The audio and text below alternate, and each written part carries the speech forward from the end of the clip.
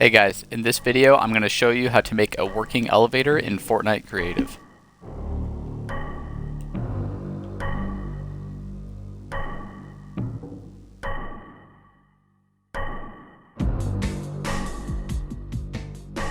Alright, you can see I already made the frame of the elevator and I've decided the height I want it to move up to. Let's get started with just one prop mover device. I'm going to show you the modified settings first, and we're going to come back and make sure all our connections are done once the buttons are finished.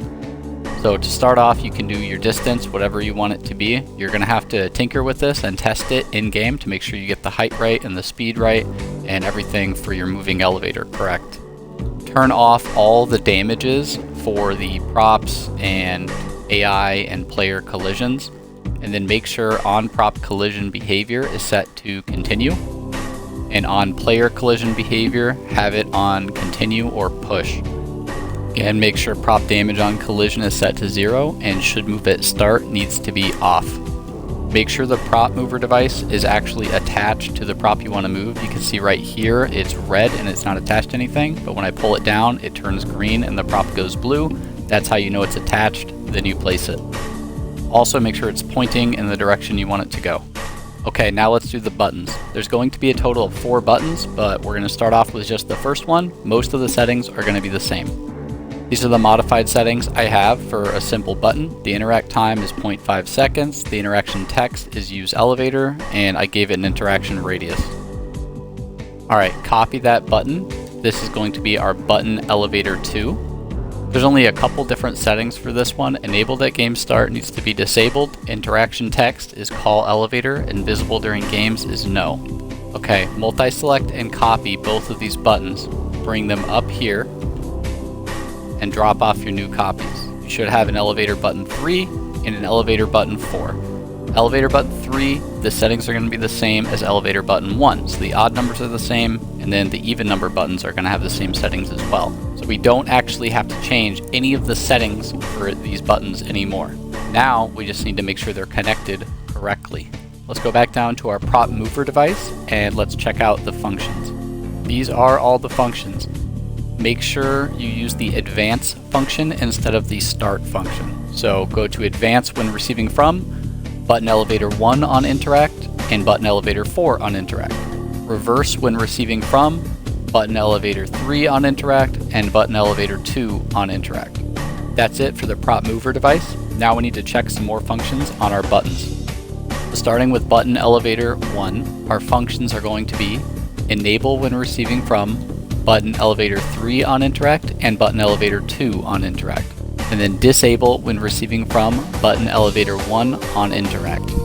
Then for our events, on interact, send event 2, button elevator 4, disable, button elevator 3, enable. On interact, send event 2, button elevator 4, disable, and button elevator 3, enable. The prop mover should already be set to advance, then make sure button elevator 1 gets disabled and button elevator 2 gets enabled. Alright, let's do button elevator 2 now. You'll notice a lot of these events or functions will already be put in when they're hooked up from the previous devices. That's okay, we're just double checking, we're going to go through it all anyway. So button elevator 2, enable when receiving from button elevator 4 on interact and button elevator 1 on interact, disable when receiving from button elevator 2 and button elevator 3 on interact. For the events, on interact, send event 2, button elevator 4, enable, button elevator 3, disable. The prop mover device should be set to reverse, button elevator 2, disable, and button elevator 1, enable. Let's take a look at button elevator 3. Enable when receiving from button elevator 4 and button elevator 1 on interact, disable, button elevator 3 and button elevator 2 on interact.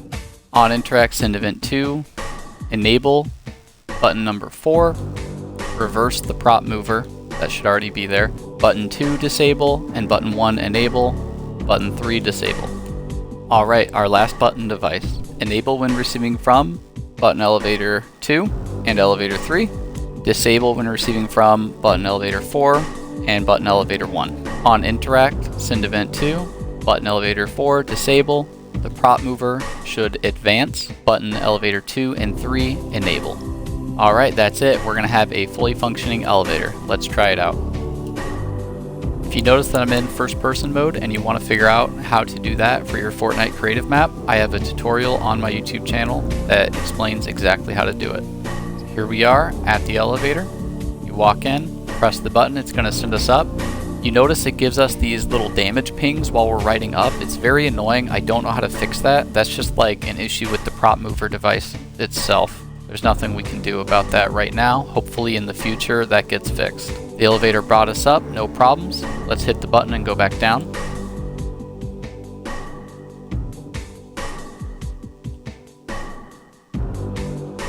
Okay, now let's test our call features. If you call the elevator by hitting the button before the elevator is here, it should bring it up, as it does.